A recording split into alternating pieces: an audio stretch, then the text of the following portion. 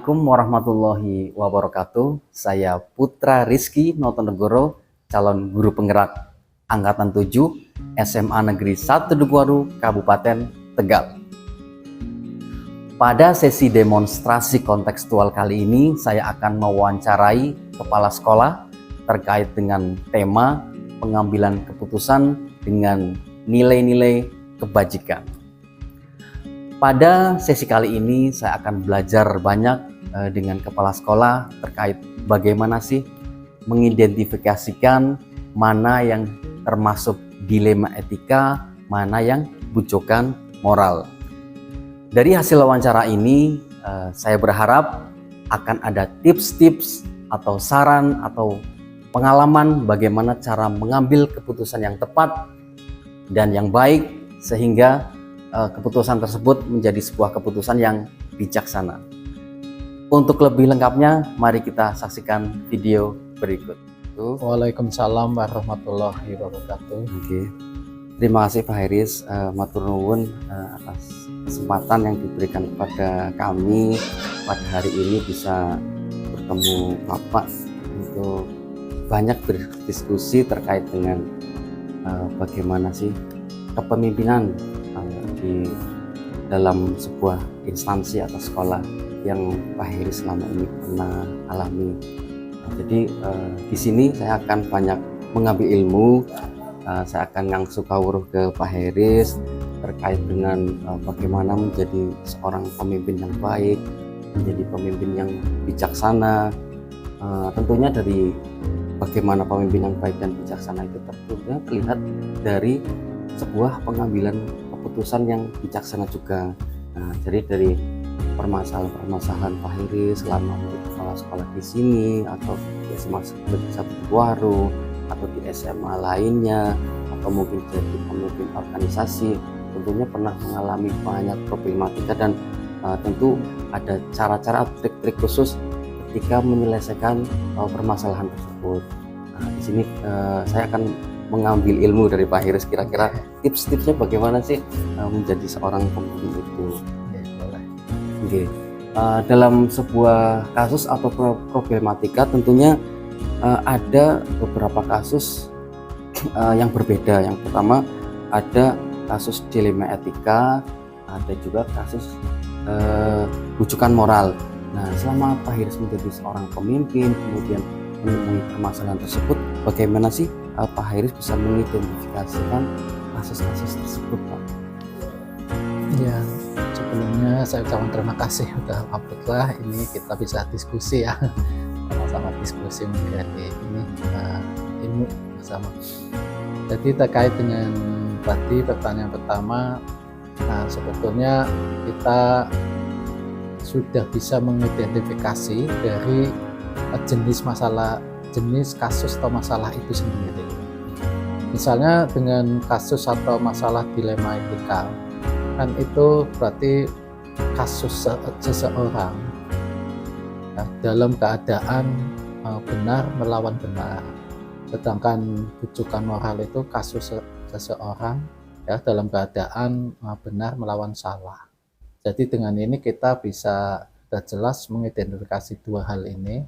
Dan tentunya juga nanti cara berpikirnya dalam menyelesaikan dua kasus ini juga tentunya kan ada sedikit perbedaan di situ.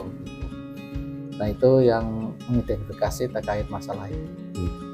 Berarti artinya sudah bisa teridentifikasi apa mana masalahnya bujukan moral, mana yang dilema etika. Kemudian selama Pak Heris menjalankan hal-hal tersebut atau selama Pak Heris menjadi seorang pemimpin, bagaimana sih Pak Heris menjalankan pengambilan keputusan di sekolah Pak Heris, terutama untuk kasus-kasus di mana ada dua kepentingan yang sama, yang benar atau sama-sama mengandung nilai kebajikan?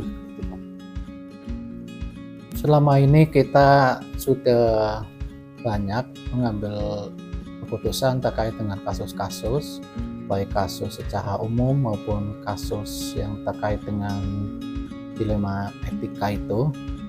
Ya, tentunya ini sebetulnya hanya perbedaan kasus umum dengan dilema etika itu kan pada ini ya langkah-langkah nanti kehati-hatiannya karena jenisnya yang beda. Tapi pada prinsipnya kita sama, yaitu cara berpikir kita itu menyelesaikannya dengan mengutamakan musyawarah, kekeluargaan. Terus kita akan kolaborasi dengan pihak-pihak terkait ya.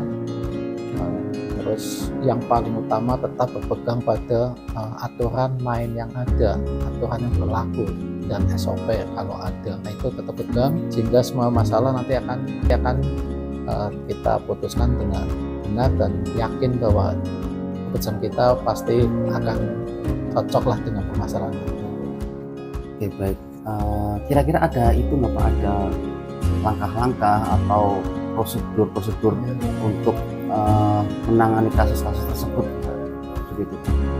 Kalau langkah-langkah prosedur baku yang tertulis sepertinya saya belum pernah membuat. Hanya setiap kita berhadapan dengan masalah terus kita akan mengambil keputusan, di pikiran saya sudah ada pola pikirnya gitu, otomatis sudah pola ini akan jalan ya. Pola itu misalnya atau bahasanya kalau di ini prosedur ya, tapi kalau misalnya tertulis ya pola pikir saya pertama itu mendalami kesalahan itu sendiri gitu. Salah itu yang pertama. Yang kedua yaitu mencari informasi, mencari aturan-aturan yang terkait atau SOP yang terkait dengan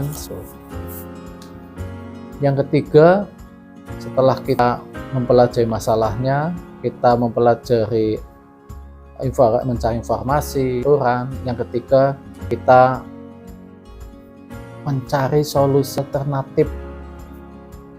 Nah, di berbagai solusi alternatif itu kita buat. Nah, langkah yang keempat, kita melihat resiko dari alternatif yang sudah kita buat itu bagaimana. Dan yang kelima, kita mengambil satu keputusan dari yang kita susun tadi, dari solusi alternatif yang ada itu, kita mengambil keputusan untuk menjawab masalah yang ada itu. Itu mungkin prosedurnya seperti itu. Iya. Ternyata ketika kita menyelesaikan sebuah permasalahan atau sebuah kasus tentu tidak serta-merta langsung diselesaikan ya Pak, tapi ternyata ada prosedur-prosedurnya, ada tahap-tahapannya seperti tadi mengidentifikasi permasalahannya, kemudian mencari informasi sampai akhirnya kita memutuskan sebuah permasalahan tersebut gitu Pak. Betul Pak. Okay. Kemudian hal-hal apa yang selama ini Pak Hairys anggap efektif dalam pengambilan keputusan kasus dilema etika Pak? Kasus dilema etika itu kasus yang menurut saya unik ya, artinya mudah-mudah gampang untuk diselesaikan kan gitu. Nah ini untuk lebih efektifnya tentu tadi ya saya tetap berpegang atau mengutamakan musyawarah kekeluargaan ya, pendekatan kekeluargaan, terus juga kolaborasi, pendekatan dengan berbagai pihak ya, pihak Bapak Ibu Guru TU yang kompeten, dengan komite, dengan masyarakat untuk menjawab permasalahan itu sesuai permasalahannya gitu. Kalau memang menyangkut orang banyak misalnya ya kita akan mengikutkan orang banyak juga pihak-pihak yang bisa memutuskan gitu. Tapi kalau masalahnya lebih kecil lagi ya mungkin hanya beberapa Bapak Ibu Guru yang kompeten, kita bisa saling diskusi bagaimana memecahkan itu gitu. Dan yang paling terakhir saya pesan lagi yaitu tetap berpegang pada aturan yang berlaku gitu.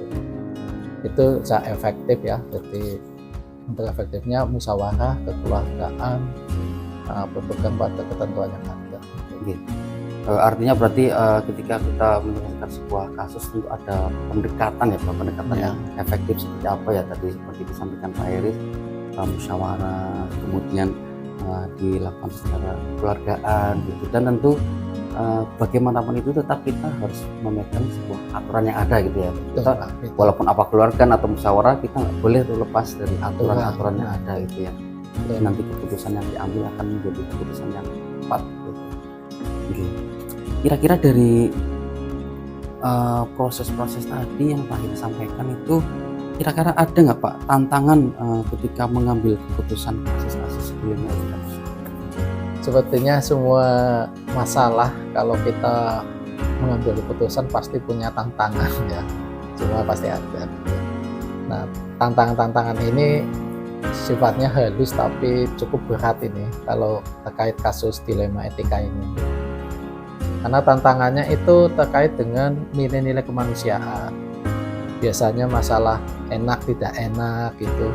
Kalau saya milih ini, jangan dengan ini bagaimana, kasihan. Nah itu, jadi tantangannya nilai-nilai kemanusiaan, masalah kasihan, rasa tidak enak, atau mungkin terkait dengan ya bahasanya bagaimana dengan nanti yang kurang kita tentukan ya, misalnya resikonya bagaimana.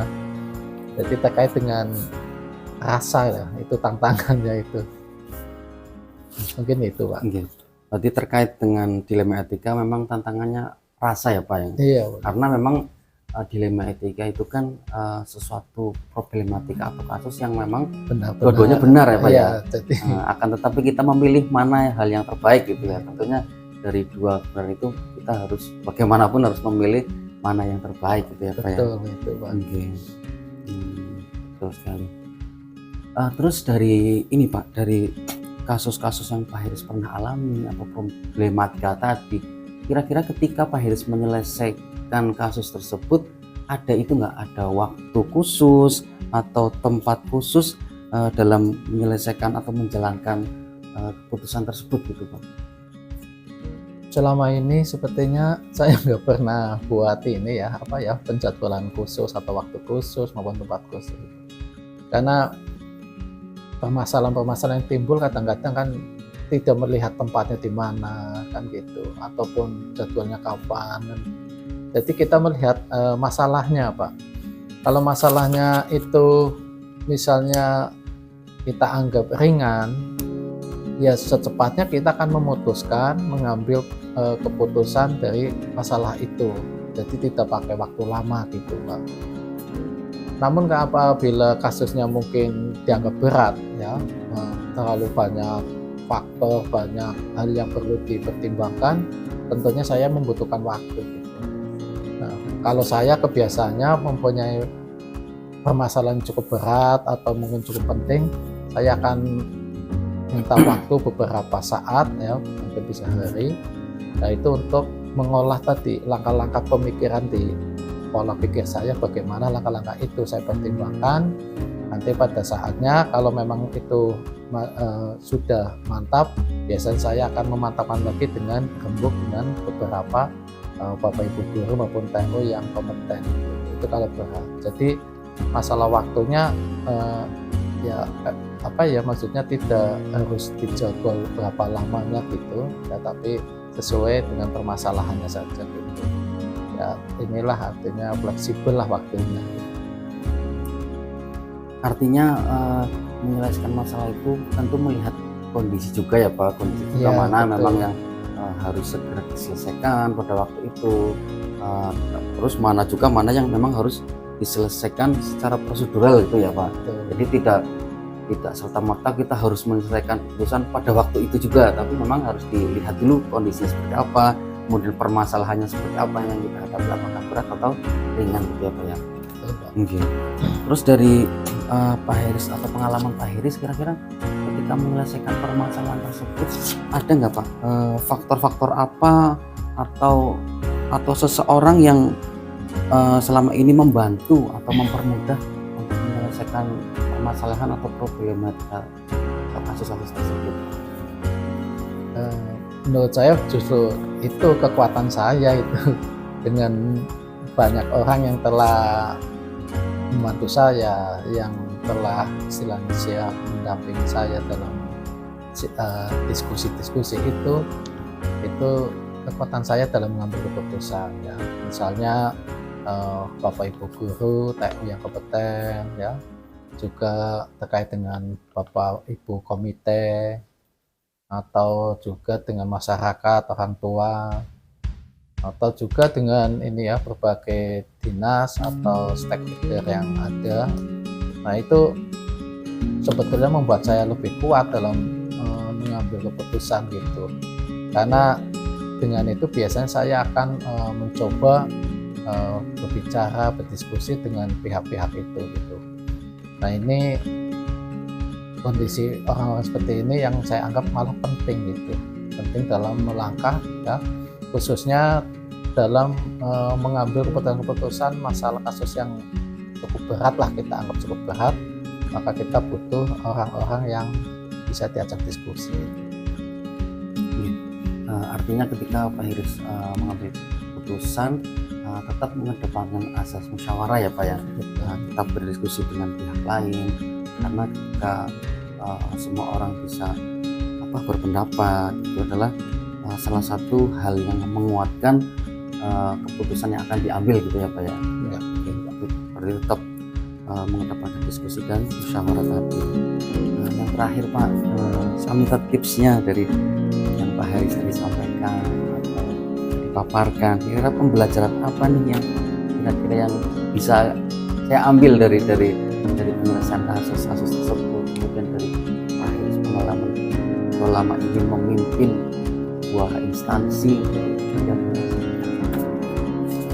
mungkin yang bisa kita petik dari pengalaman ini ya, terkait dengan pengambilan keputusan atau menyelesaikan masalah kasus-kasus khususnya dilema etika itu, yang paling mungkin kita bisa ambil penting itu kita tetap yang pertama harus tenang, kondisinya tetap tenang ya.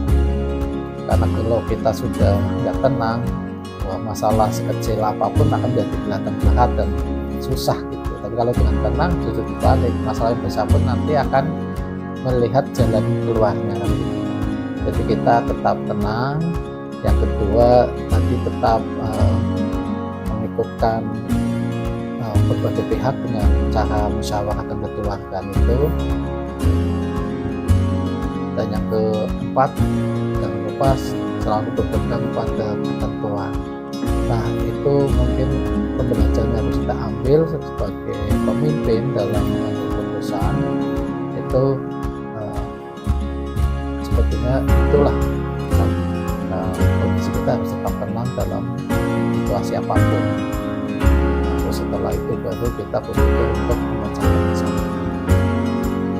Mungkin itu Pak Bima.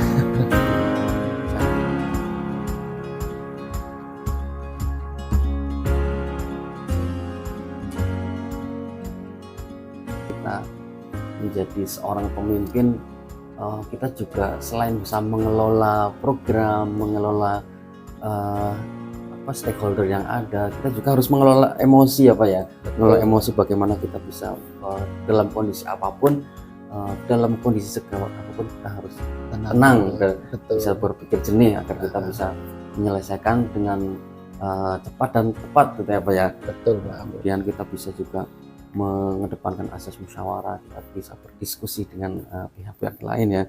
Tentunya dari hal-hal tersebut kita tetap mengedepankan aturan-aturan yang ada, kita nggak boleh lepas dari situ ya Pak ya. Betul sekali Pak.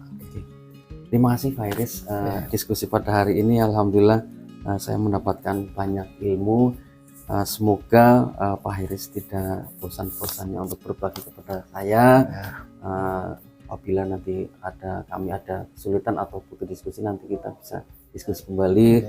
Semoga ilmu-ilmu yang tadi Pak Heri sampaikan bisa membuat kami belajar dan menjadi pembelajaran buat kami bagaimana kami untuk kedepannya gitu Pak.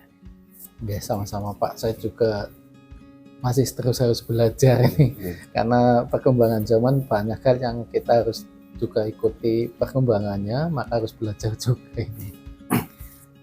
Terima kasih Pak Iris atas waktunya. Terima kasih. Sama-sama. Assalamualaikum warahmatullahi wabarakatuh. Waalaikumsalam warahmatullahi wabarakatuh.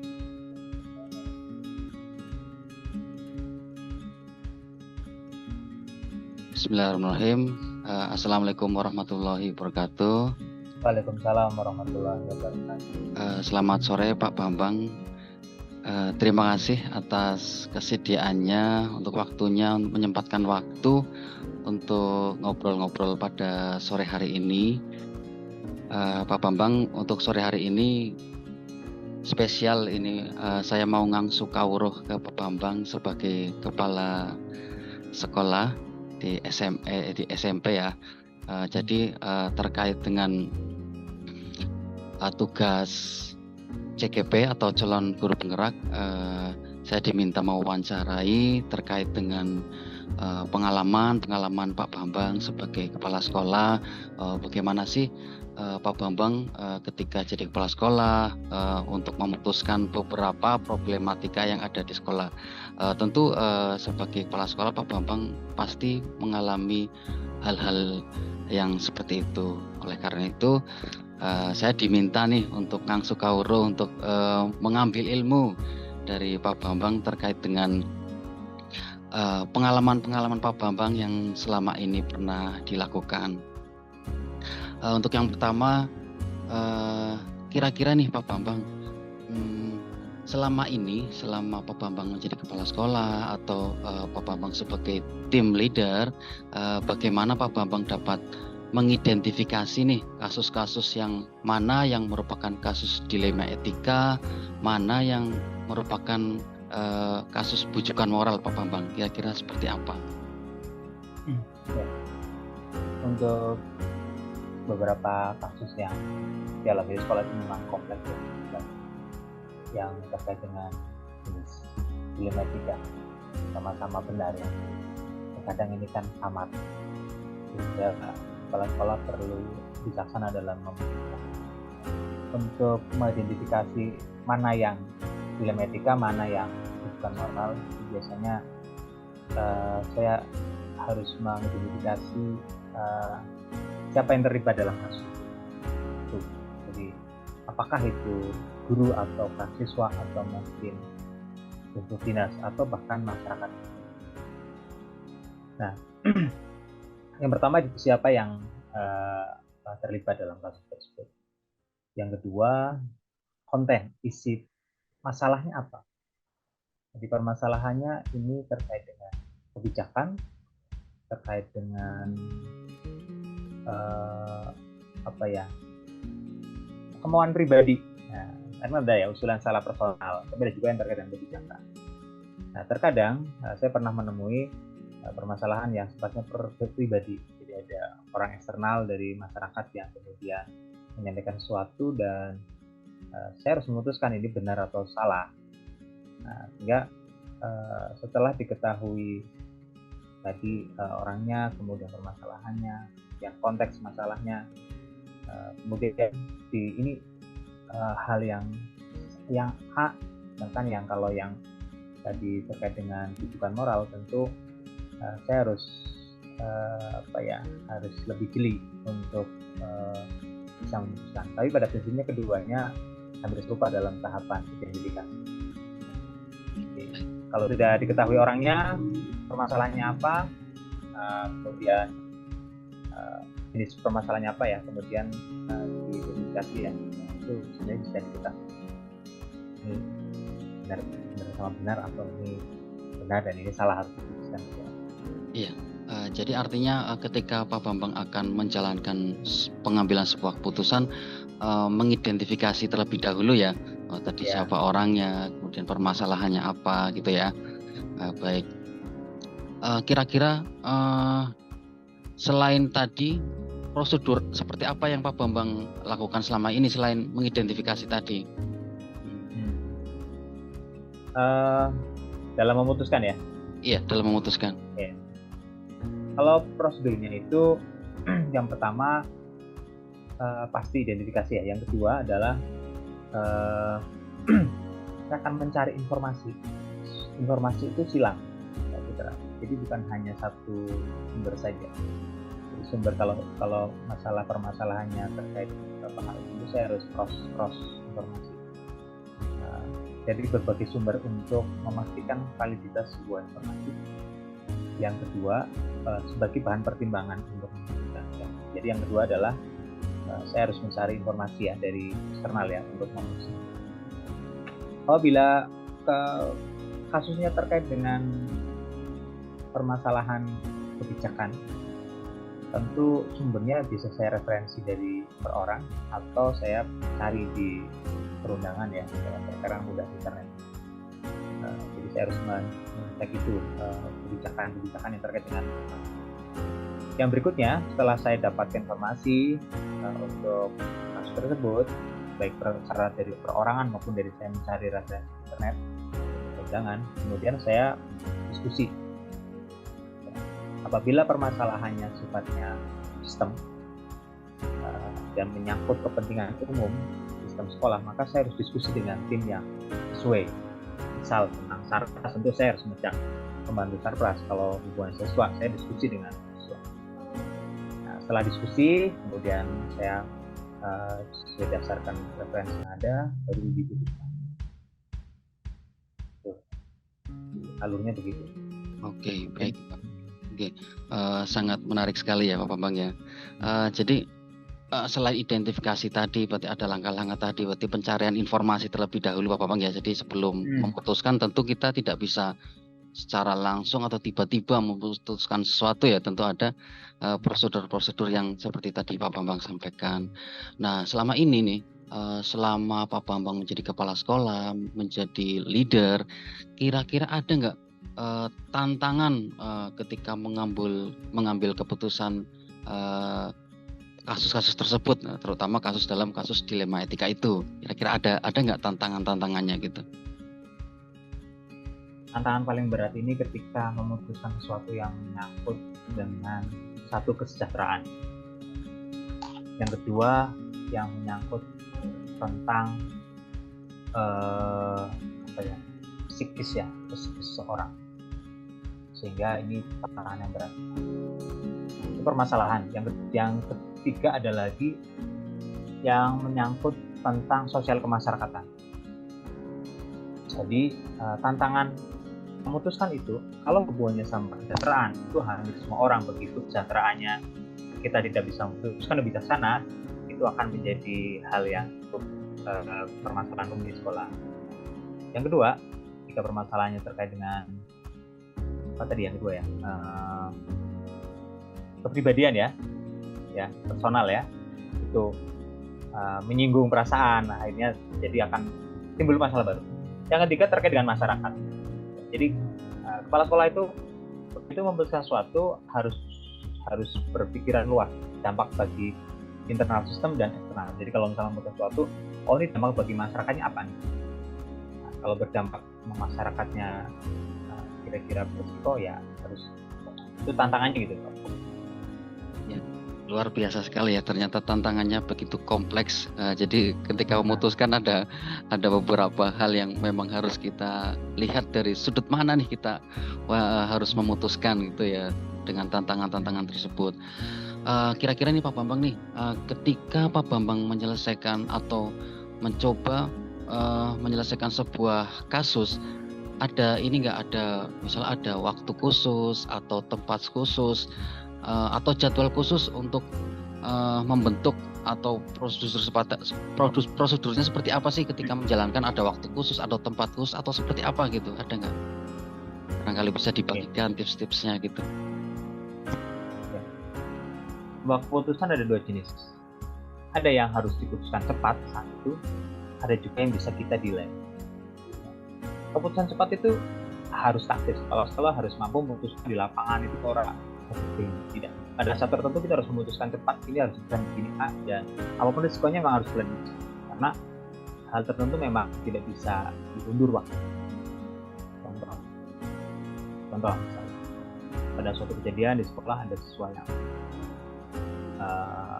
mungkin jatuh, kemudian banyak kepala. Kalau mempertimbangkan tidak diputuskan segera, maka mungkin ini diputuskan segera. Anak ini harus, dengan kondisi ini harus segera dibawa ke puskesmas, pengobatan yang serius. Tidak usah nunggu orang tuanya, tidak apa-apa. Yang penting anaknya ditangani. Itu cepat. Kalau di prosedur, saya harus komunikasi dengan orang keluarga, saya harus begini, pembiayaan dan semuanya itu pikirkan. Yang penting ada sesuatu yang cepat, maka harus cepat. Keputusan itu contoh ya, banyak contoh. Kalau keputusan yang masih bisa di-delay ya hal-hal mungkin kebijakan umum sekolah, pelaksanaan kegiatan yang perlu ada beberapa misalkan waktu yang masih ada waktu jeda, maka itu bisa diatur skenario untuk menyelesaikan. Nah, jadi 2 jenis permasalahan ini tentu kalau permasalahan yang darurat dan mungkin juga terkait dengan kedinasan yang memang harus cepat, maka keputusannya harus cepat. Tetapi ada memang waktu tertentu untuk menyelesaikan sebuah kasus permasalahan. Contoh, kasus permasalahan di sekolah yang terkait dengan kepegawaian. Ya. Kepegawaian ini kekurangan guru A. Kepala sekolah tidak saat itu juga memutuskan angkat orang kan.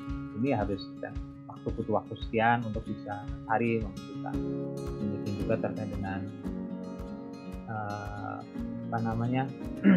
kasus dilema etika ya, yang guru misalkan minta mutasi, itu permasalahan yang sangat-sangat harus hati-hati kepala sekolah. Jadi ketika guru minta mutasi, tidak bisa diputuskan saat itu. Kepala sekolah harus mencari referensi latar belakang, mencari regulasinya harus tahu, mencari kebijakan pemerintah daerah, karena ada kebijakan pusat yang berbeda dengan kebijakan daerah. Nah, ketika disampaikan dengan cara komunikasi yang salah dan pengetahuan kepala sekolah yang tidak tepat, tentu akan jadi masalah baru. Ini contoh. Jadi kalau seperti itu yang terkait dengan penyelesaian itu, kita ambil strategi waktu nih. Minggu ini saya harus mencari sumber nih. Nanti ya Pak, saya harus konsultasikan dulu karena tidak bisa saya putuskan sekarang, ini terkait dengan kebijakan dan sebagainya. Dan setelah itu kita bergerak. Nah, pada waktu yang tentukan, oke Pak, saya sudah konsultasi ini hasil ini. Ayo gitu.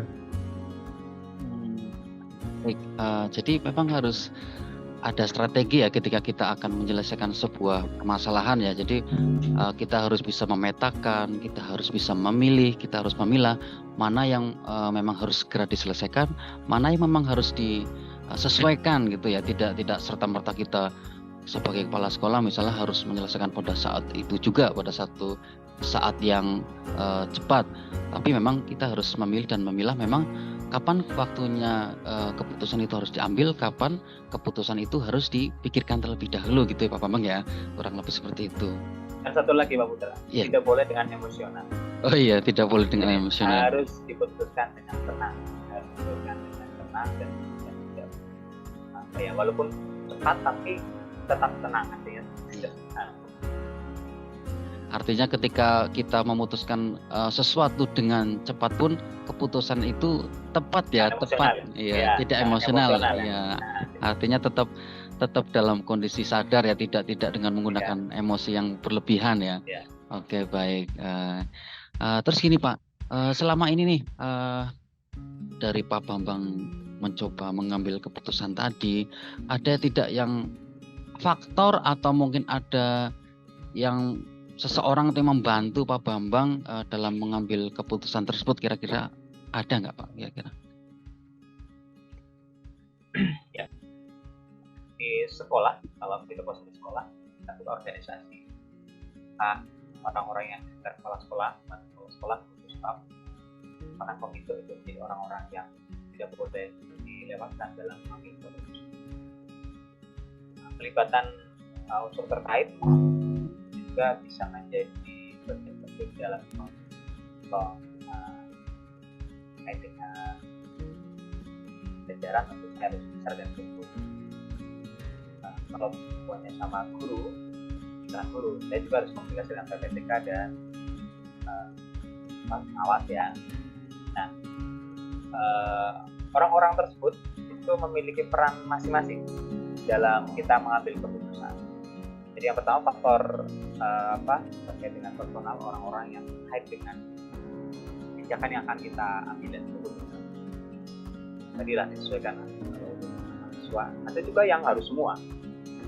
Saya seringkali dalam forum dengan teman-teman ketika ada keputusan yang sifatnya makro dan yang beberapa komponen, maka semua harus bisa duduk bersama, ngobrol lah ya, diskusi. Saya lebih jarang sekali rapat yang formal, hidup kepala sekolah di depan, kemudian guru saya bersama diskusi ngobrol gitu ya, diskusi sama tekan.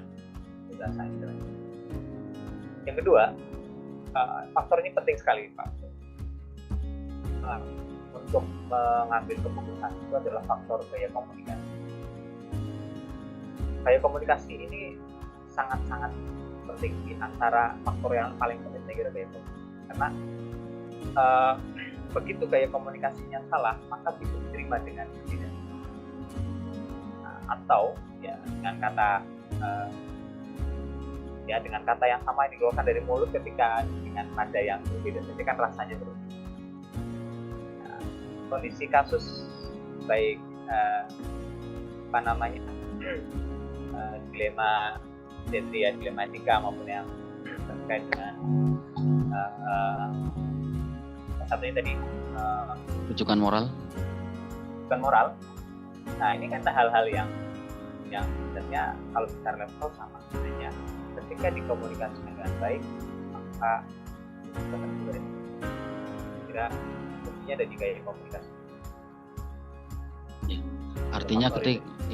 Artinya ketika Pak Bambang memutuskan sesuatu tetap ada keterlibatan orang lain gitu, tetap ada komunikasi dengan orang lain. Semoga dengan keterlibatan orang lain itu bisa membuat keputusan itu lebih bulat ya, lebih berarti gitu ya. Jadi tidak semerta Pak Bambang otoriter gitu ya. Karena kepala sekolah kita selesaikan sendiri, tidak seperti itu ya. Tapi memang sesekali ada momen kepala sekolah itu harus punya sikap untuk menentukan harus ini, karena pada permasalahan tertentu tidak bisa ditawar-menawar. Jadi leadershipnya harus ada pihak kepemimpinan ya. Nah, ada ketegasan, ada saat harus demokrasi, ada saat yang harus tegas memutuskan sesuatu. Tapi kalau saya memang lebih banyak, kalau sekiranya masih bisa dikomunikasikan, saya lebih nyaman membangun bersama. Artinya kita melihat situasi juga ya ketika memutuskan sesuatu ya, mana yang memang harus diputuskan dengan secara tegas, mana yang harus diputuskan dengan demokrasi gitu ya Pak ya. Oke, baik. Wah, panjang lebar nih sudah kita mengulas lebih jauh dan alhamdulillah sudah banyak nih pengalaman yang Bapak Bambang sampaikan kepada saya. Terakhir Pak, dari yang disampaikan Pak Bambang tadi kira-kira apa nih Kak, saya dikasih petuah atau saran atau sebuah pembelajaran dari pengalaman Pak Bambang tadi menyelesaikan sebuah problematika dilema etika tadi, kira-kira bisa disampaikan ke saya gitu, apa pembelajaran apa yang bisa diambil atau mungkin sebuah pesan atau petuah gitu Pak Bambang. Kata kuncinya tidak ada masalah yang tidak ada obat. Itu bagaimana sebuah penyakit yang tidak ada obat. Jadi yang kedua harus ada niatan bahwa kita itu betul-betul ingin menyelesaikan masalah ini dengan baik untuk menjadikan lebih baik. Nah, niat ini yang kemudian Allah tahu. Jadi jangan melupakan Allah di dalam masalah. Jadi kalau niatnya sudah baik, kemudian sudah arahnya sesuai, ya nggak usah khawatir. Jadi Allah itu menata nih menyelesaikan permasalahan. Jadi ya sedikit yang artinya yang saya sedikit lakukan di sekolah ya, beberapa hal yang sebenarnya tidak mungkin, tapi dalam waktu yang tidak lama bisa dengan baik. Kira itu hal-hal yang Baik, terima kasih, luar biasa sekali Pak Bambang pengalamannya. Walaupun waktunya singkat, sepertinya semua pengalaman Pak Bambang di sore hari ini bisa terurai dengan baik ya, bisa berbagi dengan baik kepada saya. Semoga dari waktu yang singkat ini saya bisa mengambil pengalaman dari Pak Bambang dan mungkin sewaktu hari nanti kita bisa sharing-sharing lagi terkait dengan seorang pemimpin yang baik itu seperti apa itu Pak Bambang. Oke. Terima kasih ya Pak Bambang, sore hari ini sudah berbagi dengan saya. Terima kasih atas menyempatkan waktunya. Semoga kita bisa bertemu lagi di acara di momen-momen yang lainnya mungkin Pak Bambang ya. Oke, matur nuwun Pak Bambang. Assalamualaikum warahmatullahi wabarakatuh. Sama jawaban saya ada yang kurang. Nggih, siap Pak Bambang. Sama-sama nggih. Nggih, baik Pak Bambang. Assalamualaikum warahmatullahi wabarakatuh. Waalaikumsalam. Alhamdulillah pelaksanaan sesi wawancara bersama kepala sekolah sudah dilaksanakan dan alhamdulillah sangat banyak sekali tips, saran, dan pengalaman yang dibagikan oleh kepala sekolah terkait dengan bagaimana cara mengambil keputusan yang tepat dan bijaksana. Dari hasil wawancara tersebut banyak tips-tips yang kita dapatkan bagaimana cara mengidentifikasi mana yang termasuk dilema etika, mana yang termasuk bujukan moral. Dari hasil wawancara tersebut kita banyak sekali tips yang disampaikan oleh kepala sekolah terkait bagaimana sih cara mengelola emosi kita sebagai calon pemimpin agar tetap stabil ketika mengambil sebuah keputusan walaupun keputusan itu sangat genting dan harus dilaksanakan. Kita juga harus mengerti bagaimana waktu yang tepat keputusan itu harus diambil. Apakah keputusan itu harus diambil secara cepat? Apakah keputusan itu harus didiskusikan terlebih dahulu? Dari hasil wawancara tersebut sangat banyak sekali tips dan manfaat yang kami dapatkan. Terima kasih atas perhatiannya.